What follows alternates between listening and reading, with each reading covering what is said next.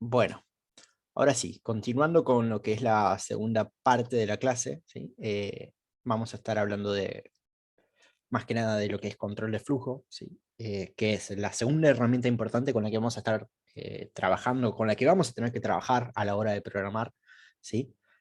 Porque nos va a permitir manejar de cierta manera hacia dónde va el flujo de nuestro programa, valga la redundancia, ¿sí? O hacia dónde va nuestro programa, qué cosas hace, qué cosas no hace, ¿sí? Eh, Esto es básicamente manejar lo que es la toma de decisiones dentro de un programa, ¿sí? Y en general se hace con operaciones lógicas, ¿sí? Eh, Porque con lo que vimos hasta recién, lo único que podríamos hacer es resolver cosas que sean relativamente simples, ¿sí? Eh, pero hay un montón de otras cosas que no vamos a poder resolver si no aprendemos a manejar, ¿sí? Todo lo que es el control de flujo de un programa. Hay dos cosas principales que vamos a estar viendo hoy. Existen otros métodos de control de flujo que no los voy a ni nombrar, sepan que existen, si en algún momento les interesa lo podemos charlar aparte, pero si me llevó 1 hora y media explicar todo lo anterior, no voy a llegar a dar el resto, así que solo les voy a contar dos, tampoco el resto están acá eh, escritos en el apunte. Pero bueno, eh, un ejemplo de ver lo que es control de flujo, ¿sí? Si quieren, el control de flujo está relacionado directamente con lo que es la lógica del programa, ¿sí? Asociado a lo que son las tomas de decisiones y eso. Eh, pero si nosotros quisiésemos hacer una función que tome el valor absoluto de un número, o que nos devuelva el valor absoluto de un número, tendríamos que hacer un programa que diga algo como, si el número es positivo, el valor absoluto de ese número es ese número. Y si el número es negativo, agarrar ese número, multiplicarlo por -1 y ese es el valor absoluto. ¿Sí? Fíjense que ahí estamos usando eh, condicionales, de cierta manera, ¿sí? A la hora de hablar, porque estamos diciendo si el número es positivo o si el número no es positivo. ¿Sí? Eso, ese condicional, se puede escribir en un programa, ¿sí? Y es uno de los primeros bloques de control de flujo con los que vamos a estar trabajando, que ahora voy a pasar a mencionar, ¿sí? Pero básicamente esto es decirle a una computadora, esto es lo que quiero que quede claro. Con control de flujo uno le dice a una computadora cómo tomar una decisión sobre un determinado conjunto de opciones, ¿sí? Eh, Chiste informático, ¿sí? Como cuenta ovejas para irse a dormir un informático, dice ovejas igual 0, se pregunta a sí mismo si se durmió, si la respuesta es no, entonces suma 1 a las ovejas y se vuelve a preguntar si se durmió. Si la respuesta es sí, o sea, si se durmió, termina el programa. Ovejas igual 0 y termina el programa, eso no es necesario en realidad, con terminar el programa alcanza, ¿sí? Pero la idea un poco de eso es control de flujo. En el momento en el que el informático se pregunta a sí mismo si está dormido o no, lo que está haciendo es o sea, va a trabajar con una toma de decisiones sobre eso, ¿sí? Va a cambiar lo que haga, si está dormido o si no está dormido, en función de su estado, digámosle, ¿sí? Eso es la toma de decisiones. Y esto es básicamente lo que se conoce como eh, un bloque if, ¿sí? O un control de flujo por if, ¿sí? Básicamente, yo acá les pongo dónde está la sentencia lógica en esta imagen, entonces paso un poquito, eh, ¿sí? La sentencia lógica de esta imagen en cuanto a lo que control de flujo se refiere está acá, justo abajo del me dormí. Cuando hay dos posibles respuestas, esta bifurcación, esto se conoce como diagrama de flujo, pero esta bifurcación en el diagrama de flujo sobre posibles respuestas a la misma pregunta hace que el programa tome o un camino u otro. Ese es básicamente la sentencia lógica, ¿sí? Que maneja la toma de decisiones del programa. Bueno, entonces, lo que voy a presentar ahora es la primera de estas sentencias lógicas que vamos a ver, ¿sí? Que es el bloque if, ¿sí? El bloque if es una condición de manejo de flujo, ¿sí? Que básicamente nos permite a nosotros hacer alguna pregunta, ¿sí? Que pueda responderse por sí o por no, ¿sí? En caso de que la pregunta que estemos haciendo se pueda responder por sí, ¿sí? Se va a ejecutar un bloque de código, ¿sí? O un conjunto de instrucciones, ¿sí? Y ahí van a pasar algunas cosas distintas en función de cómo esté programado, ¿sí? En general, en MATLAB hay, a ver, el bloque puede variar, perdón. Hay distintas formas de programar este bloque, a eso voy. Uno podría poner un if, ¿sí? Una condición, un bloque de código. Un bloque de código es comandos, qué sé yo, hacer A más 3, ¿sí? B igual a más 3. Podría ser un comando, podrían ser muchos, podría ser S, después agarrar y sacarle la raíz cuadrada y qué sé yo, que esto que lo otro, ¿sí? Y en general, el bloque se escribe con if y termina con un end, ¿sí? Para explicarle al programa dónde termina el bloque. Pero uno podría además poner condiciones intermedias, ¿sí? Uno podría usar else if, ¿sí? If es sí, es el condicional sí. ¿Sí? ¿Sí? Arriba cuando yo les hablé de el ejemplo de valor absoluto, hablé de sí y si no, ¿sí? Bueno, if es el sí, else es el si no, ¿sí? Y hay otro en el medio que es el else if, que básicamente es si no se cumplió lo anterior, pero se cumple esto, ¿sí? Entonces, con estas tres palabritas, 4 junto con el end, nosotros podríamos crear una conjunción de bloques, ¿sí? De toma de decisiones. Y podríamos tener un bloque que sea, si se cumple determinada condición, hace esto y terminás, ¿sí? O podríamos decirle, si se cumple una condición, hace esto, si esa condición no se cumple, hace esto otro, ¿sí? Esto a veces uno puede querer hacer algo si se cumple una condición y hacer algo distinto si esa condición no se cumple, ¿sí? O incluso concatenar varias condiciones, qué sé yo, una condición, si se cumple hace esto, si no se cumple, pero se cumple tal otra condición, hace esto otro, y si no se cumple ninguna de esas, hace esto otro. Eso sería un if, else, ¿sí? No sé si se entiende esto. También uno podría hacer muchos else if en el medio, todos los que quiera, pero en general, digamos, if sería como para iniciar el comando o iniciar el bloque de control del flujo, siempre llevas un if, que es el que te dice la primera condición que vas a analizar. Después, si uno quiere poner otras condiciones que podrían llegar a cumplirse, las puede poner en un else if. A ver, otras condiciones que pueden llegar a cumplirse si no se cumple la primera, las ponen en else if. ¿Sí? Y así hasta el final, donde cierran con un end, o podrían tener una condición else que sea el defecto. Si no se cumplió ninguna de las otras condiciones que estaba analizando, hay que hacer esto otro. ¿Sí? Esto, por ahí explicado así, resulta confuso. No se asusten que ahora vamos a ver algunos ejemplos de código, ¿sí? Y vamos a empezar a entender un poco cómo manejar esta condición de control de flujo. ¿Sí? Bueno, un ejemplo, ¿sí?, bastante sencillo es el siguiente. Supónganse que yo tengo dos valores, A y B, ¿sí? Y A vale 57 y B vale 50, son dos números. Bueno, yo podría llamar a un bloque if para hacer determinado trabajo, ¿sí?, si se cumple una condición, ¿sí?, y si no, seguir con otros bloques else if y else en función de eso. Por ejemplo, yo digo, si se cumple que A es mayor que B, ¿sí?, mostrar un mensaje que diga que A es mayor que B. ¿Sí? Acá, ideal sería poner un espacio ahí y un espacio acá. Mostrar un mensaje que diga A es mayor que B, que lo diga por pantalla. ¿Sí? El valor de A es mayor que el valor de B. ¿Sí? Ahora, además de eso, agarra A y restarle 35 y volverlo a guardar en A. ¿Sí? Y después les voy a decir, bueno, si no se cumple que A es mayor que B, ¿sí?, acá lo ideal, un segundo, ¿puedo hacer así? Sí. Vamos a ver aquí. Si no se cumple que A es mayor que B, ¿sí?, fíjate si A es más chiquito que 1. ¿Sí? Si A es más chiquito que 1, quiere decir que A es 0 o negativo, por poner una cosa, ¿sí?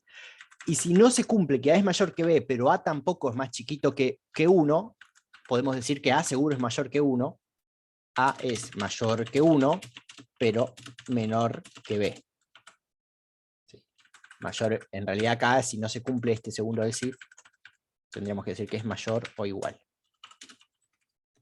¿Sí? Pero se entiende qué va a hacer el programa. Va a venir y se va a fijar si A es mayor que B.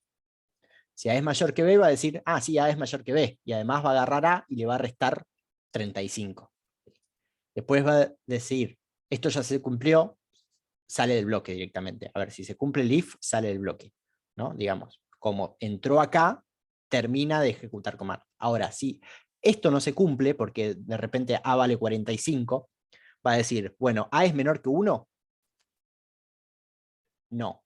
¿sí? Porque si A vale 45 no es menor que 1. Entonces, esto no se va a cumplir. Ahora, como no se cumplió la primera condición del if y no se cumplió la condición del else if, va a venir a la condición del else, que sería como una condición por defecto cuando no se cumple ninguna de las anteriores, y va a decir, bueno, A es mayor o igual que 1, pero es menor que B. ¿Sí? Por poner un ejemplo. Entonces, si yo corro esto, y ahora corro esto, debería decirme que 9. Acá hay algo raro, ¿eh? Cric, cric. Ah, sí, esto, perdón. Este es un error mío. Recuerden que... Nada, no recuerdo nada. En algún momento se los explico. Cuando llaman a disp... No, pero no es STR, es... Windows STR. Pero... Un segundo, ¿eh? Siempre con algo meto la pata.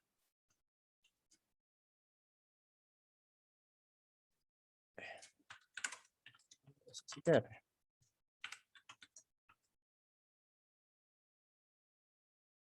Perfecto. Bien. A ver. Corro esto. Le asigno a A el valor 57, a B el valor 50. Comparo y ¿qué me va a decir? 57 es mayor que 50. Después de decirme eso, lo que va a hacer es comparar, perdón, le va a restar a A 35. Entonces A va a pasar a valer 57 menos 35, o sea 22. ¿Sí? Si yo vuelvo a correr lo mismo, otra vez, ¿sí? Fíjense que ahora me va a decir que A es mayor o igual que 1, pero menor que B. ¿Por qué me está diciendo esto? Porque, bueno, ahora A valía 22, dije, ¿no? A valía 22, entonces A no es mayor que B, no se cumple la primera condición, ¿sí? Pero como A no es más chico que 1, tampoco se cumple la segunda condición, entonces entra la condición por defecto, que es la de este else, ¿sí? Bueno, acá podríamos probar otra cosa. Si A fuese un número negativo, por ejemplo, menos 57, cuando yo corra este bloque de código, me va a decir que A es 0 o negativo, ¿sí? ¿Por qué? No se cumple la primera condición porque menos 57 es más chiquito que 50, ¿sí? Entonces no ejecuta nada de lo que está acá adentro, ¿sí? Viene a chequear la segunda condición y dice, ¿A es menor que 1? Sí. Bueno, si A es menor que 1, hace lo que esté acá adentro, que en este caso es decir que A es 0 negativo, ¿sí? Y como ya se cumplió esto, no ejecuta el bloque else, ¿sí? Y ahí teníamos básicamente los tres casos. ¿Eso se entiende? Más o menos.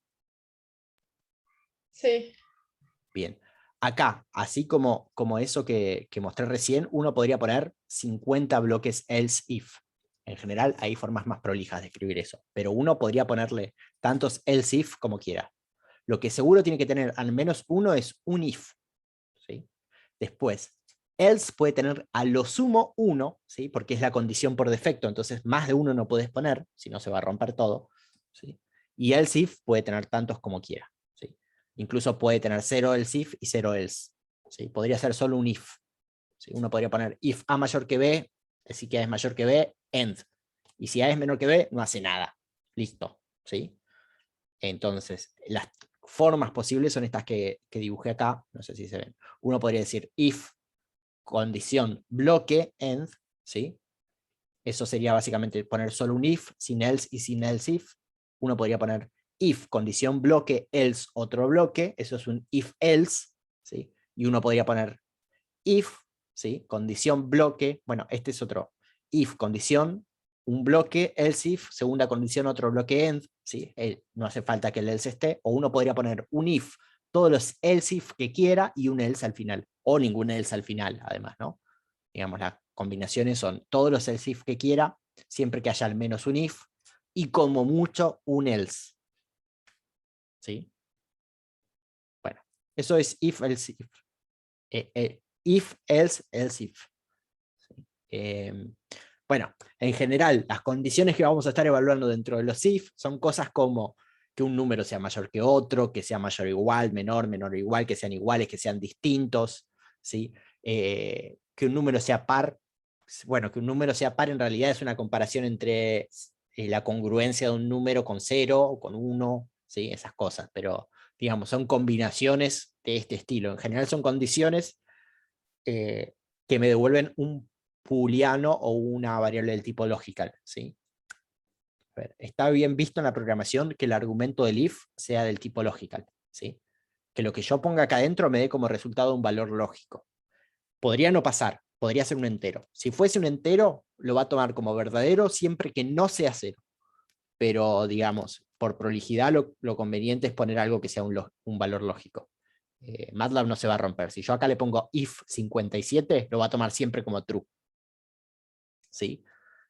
O si le pongo i0, lo va a tomar siempre como if 0, lo va a tomar siempre como false. Pero en general lo que se busca es que sea un valor lógico, más que nada por una cuestión de ¿cómo decirlo? De prolijidad del código o de convención del código, ¿no? Digamos, if, y lo que voy a evaluar es una condición que tiene un valor lógico de salida, verdadero o falso. Es la forma fácil de verlo. ¿Sí?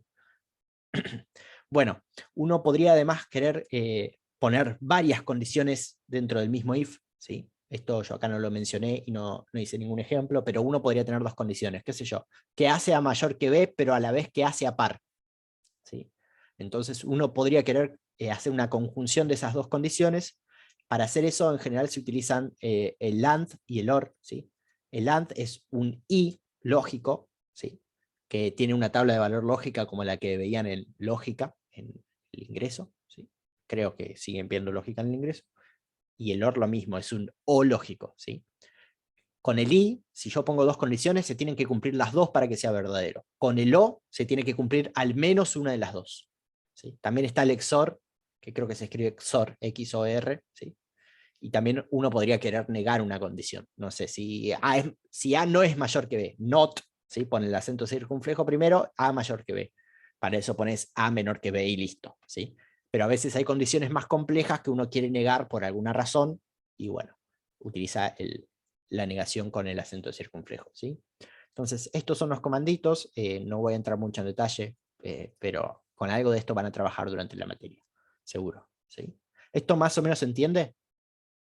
Más o menos, no les digo que, bueno, ahora programen un if donde se evalúen estas 57 condiciones con I y O por todos lados. No, no es la idea.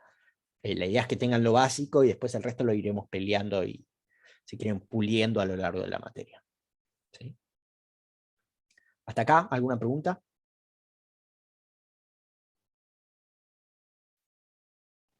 No, no. Bien, joya.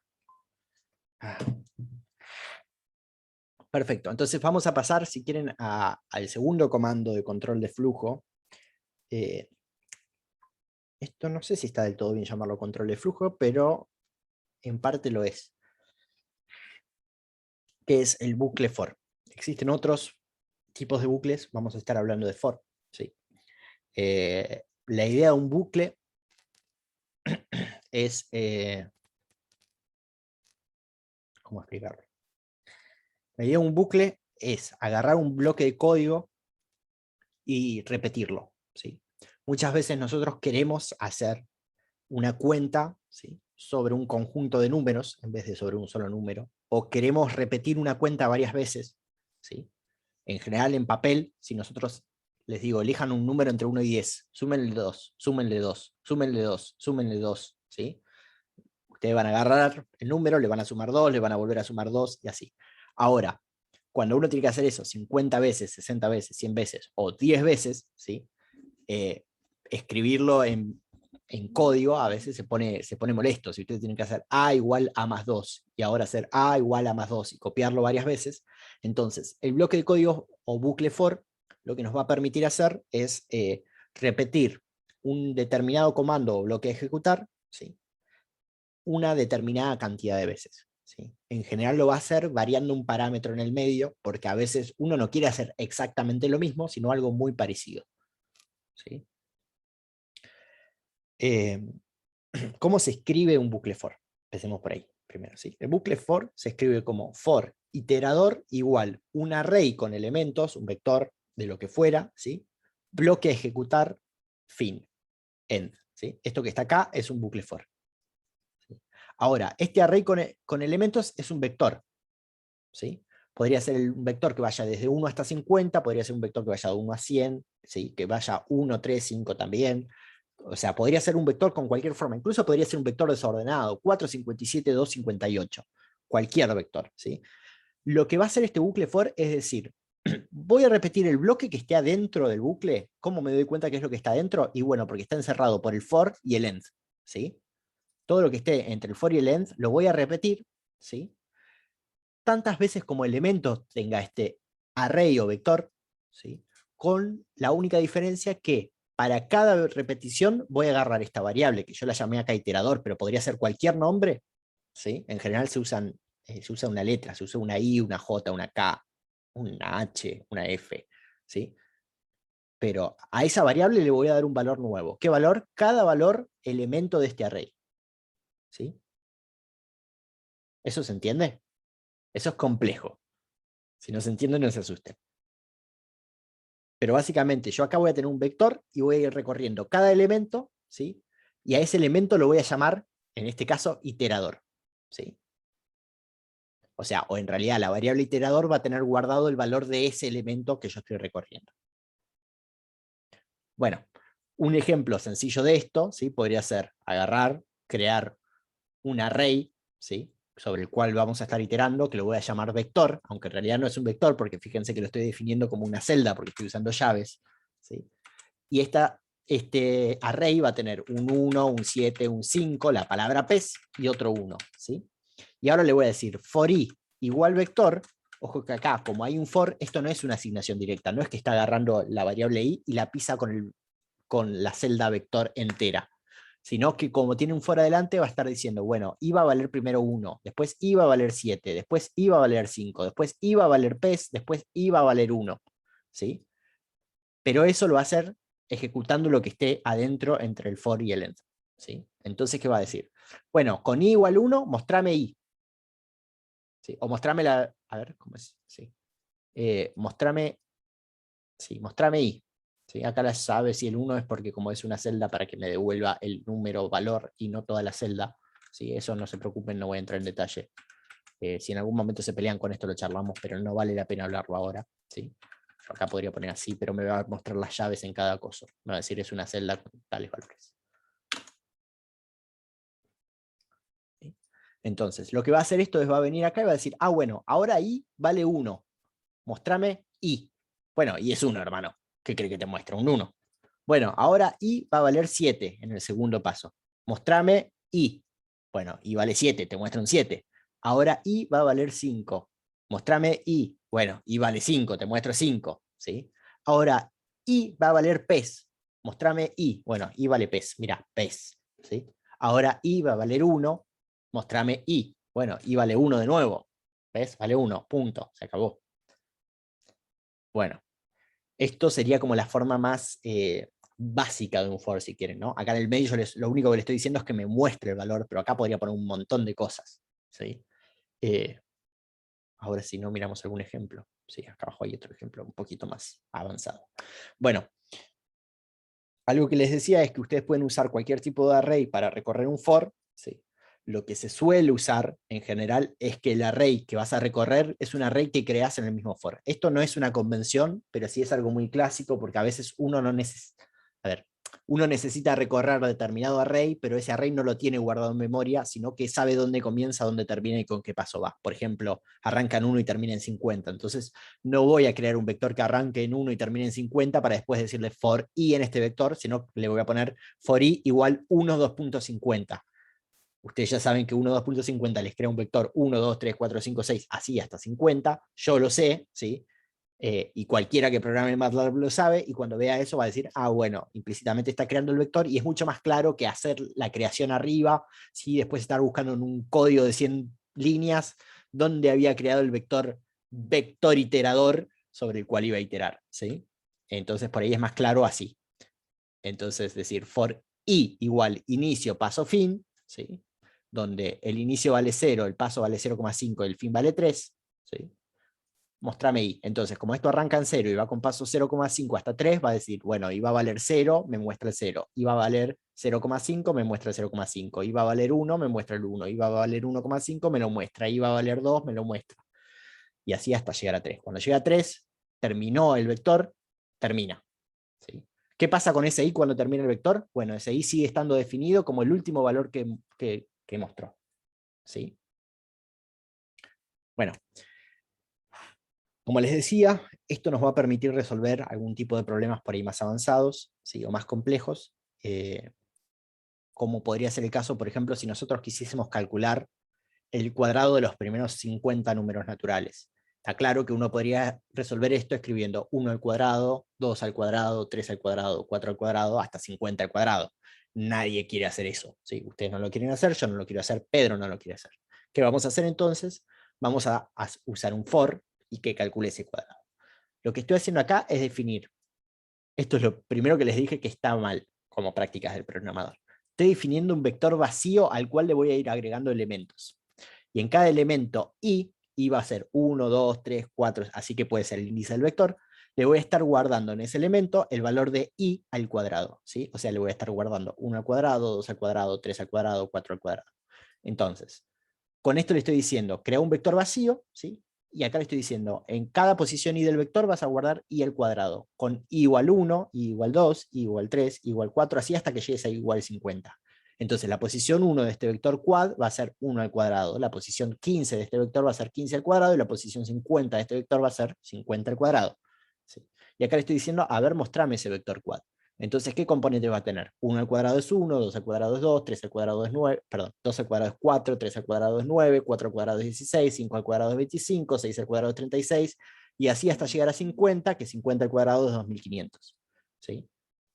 Entonces, acá yo estoy aplicando una operación en el medio. Acá podrían poner todas las líneas que quieran de código, ¿sí?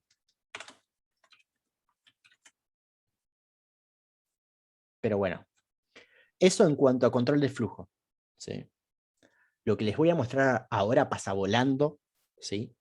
No me voy a detener en ninguno de los códigos, quiero que sepan, y está en el apunte, y después si quieren en algún momento cuando necesiten usarlo lo charlamos, lo van a necesitar, ¿sí?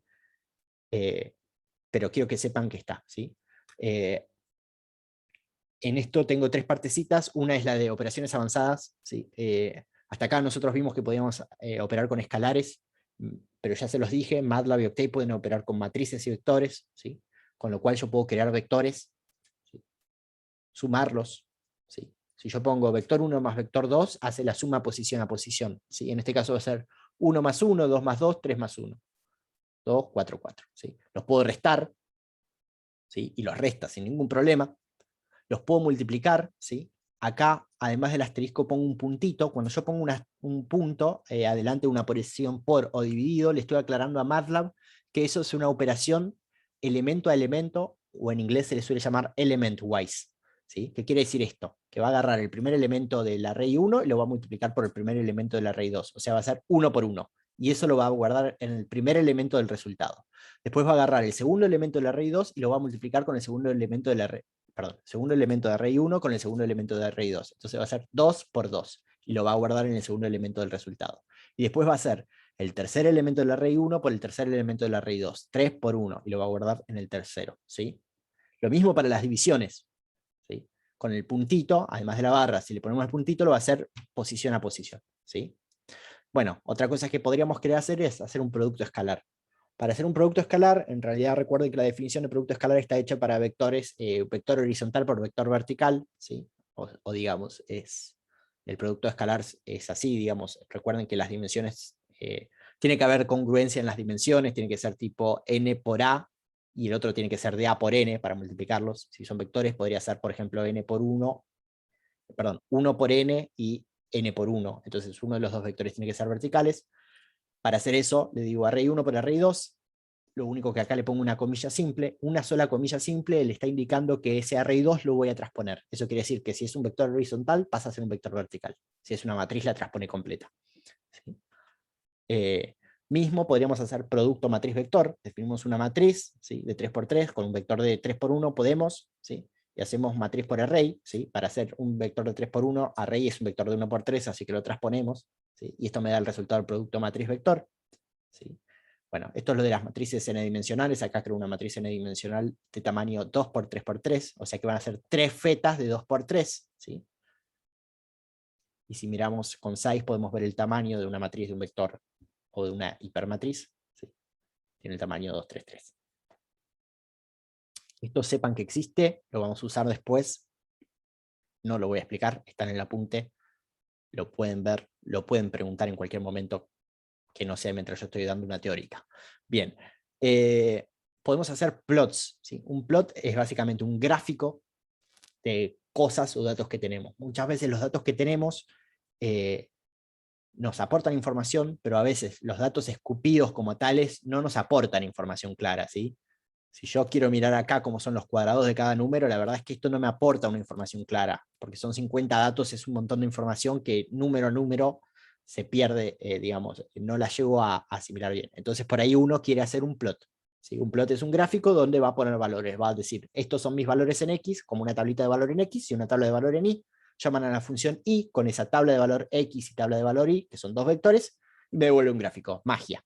Acá hay 7 millones de cosas que se pueden hacer con gráficos. Yo quería dejar algunas puestas en el apunte para que lo tengan a mano, ¿sí? Se pueden cambiar las escalas de los gráficos. Fíjense que acá puse una escala logarítmica en el eje Y. Se puede agregar que además de línea ponga crucecitas. Pueden hacer más de un gráfico a la vez. Pueden ponerle etiquetas, ¿sí? O labels a los gráficos. Y básicamente decir, bueno, la línea azul es tal cosa, las crucecitas rojas tal otra, los circulitos verdes tal otra. ¿Sí? Este eje es el número de muestras y este eje es el valor que toma cada muestra, bla. ¿Sí? Pueden hacer varios gráficos en un solo bloque, ¿sí? Por si quieren, y hasta ahí de plots no voy a entrar más en detalle. Eso está todo escrito acá para que lo miren, jueguen, y si tienen alguna duda, obvio, me pregunten, ¿sí? Y por último, y esto sí quiero por ahí detenerme 5 minutos más, hablar de funciones un poco, ¿sí? Porque hasta ahora vieron que yo puse algunas funciones, algunas propias del software, algunas que creé yo, no hablamos nada. Esto es muy útil y está bueno que lo charlen. Bueno, ¿qué es una función? Una función es un bloque de código empaquetado que se va a realizar sobre argumentos de entrada, ¿sí? Como una función matemática. Por ejemplo, la recta f de x igual 2x más 5 es una función desde el punto de vista matemático. Eso se puede programar. Una función desde el punto de vista de programación es más o menos parecido, es tomar algún parámetro de entrada, no necesariamente, a veces no hace falta que tomes un parámetro de entrada, pero tomar algún parámetro de entrada, hacer alguna operación con esa información y devolver algo. Eso es una función, ¿sí? Una función es una máquina, diría María Inés Baragatti. Una función es una máquina que toma algo como entrada y escupe algo a la salida, ¿sí? Lo que hace en el medio es lo que le programemos adentro, ¿sí? Eso es una función. Entonces, antes de explicar eso, quería decir, programar funciones está muy bien programar funciones. ¿Por qué? Porque me permiten a mí empaquetar un bloque de código que yo por ahí después tengo que usar varias veces en distintos lugares, ¿sí? Que no lo puedo resolver usando un for sobre el mismo bloque, pero puedo programar una función que haga determinada tarea y después llamar a esa función cuando la necesito, ¿sí? Por ejemplo, puedo programar una función que a cualquier número lo multiplique por 2 y le agregue 5. Entonces yo después puedo crear una tabla de valores, ¿sí? Llamar a esa función sobre la tabla de valores y tener las coordenadas así para hacer el gráfico de una recta. ¿De qué recta? La recta 2x más 5, porque es lo que está haciendo la función. O que le sume 5 y lo eleve al cuadrado, o haga cualquiera de esas cosas, yo puedo programar una función que lo haga. A la hora de programar las funciones hay dos formas de hacerlo, ¿sí? Hay una forma explícita y una forma, si quieren, implícita o anónima, la suelen llamar en MATLAB y en Octave, ¿sí? La forma explícita suele ocupar varias líneas de código, ¿sí? Y es explícita, queda muy claro que es una función, cuál es el nombre de la función, cuál es el parámetro de retorno, los variables de entrada, ¿sí? Qué es lo que hace y dónde termina, ¿sí? Eso se escribe de la siguiente forma. Para escribir una función, uno tiene que escribir function, ¿sí? Y una vez que uno escribe function, el programa entiende que lo que viene a continuación es una función hasta length, ¿sí? Y lo que va a escribir es las variables de retorno, esto quiere decir qué es lo que me va a devolver la función, que va a mostrar la salida, ¿sí? Igual, ¿sí? Nombre de la variable, ¿sí? Perdón, nombre de la función, ¿sí? Y después variables de entrada de la función. Esto puede ser un número, dos, todo lo que quieras, ¿sí? Cadena de caracteres y números, celdas, matrices, lo que sea, puede ser, ¿sí? Lo mismo con las variables de retorno, pueden ser lo que quieras. En el medio, todo un bloque de código. Lo que es importante es que en este bloque de código aparezca en algún momento el nombre de las variables de retorno y tengan una asignación, ¿sí? ¿Qué sé yo? Si yo quiero acá, por ejemplo, crear una función que haga una recta, voy a poner function y igual recta de x, ¿sí?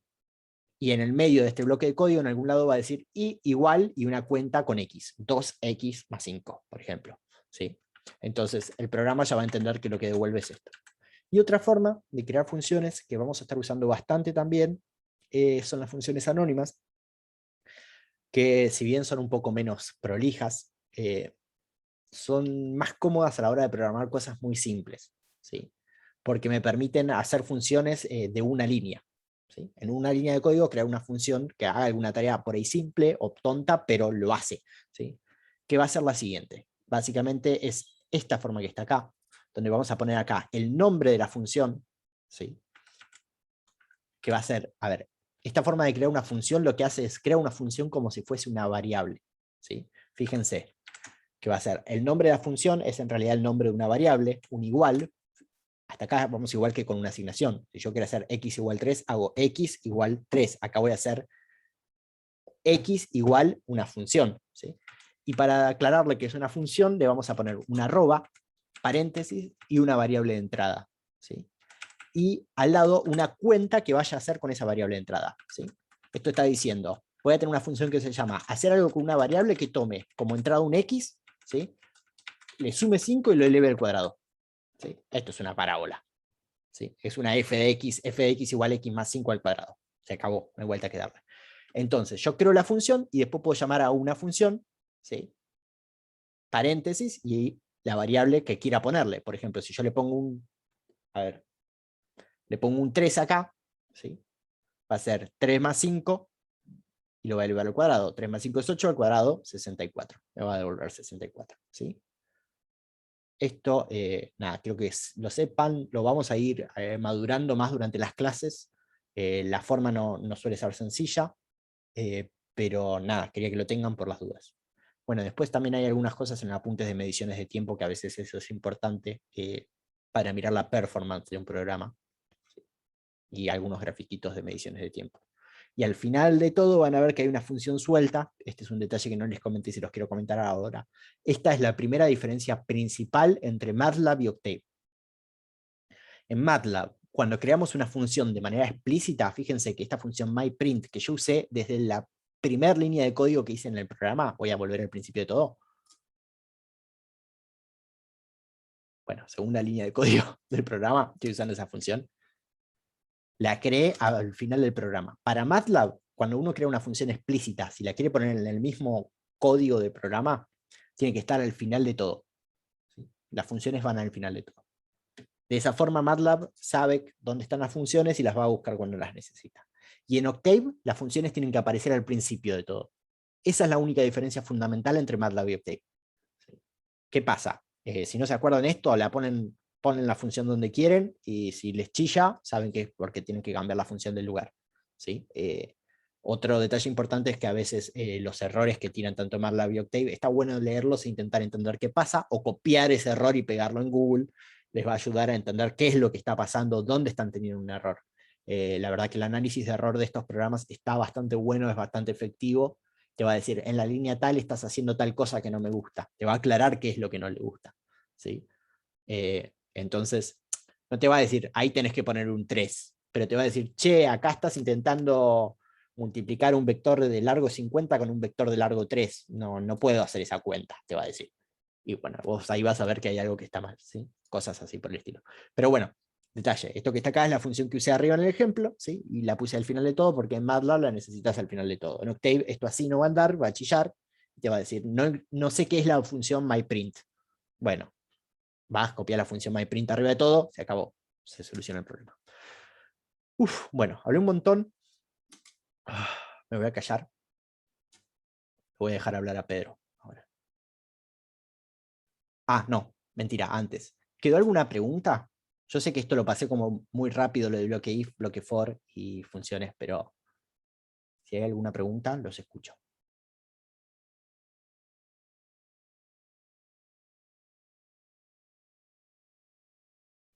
Bueno, ya tengo un no, así que voy a suponer que no hay ninguna pregunta.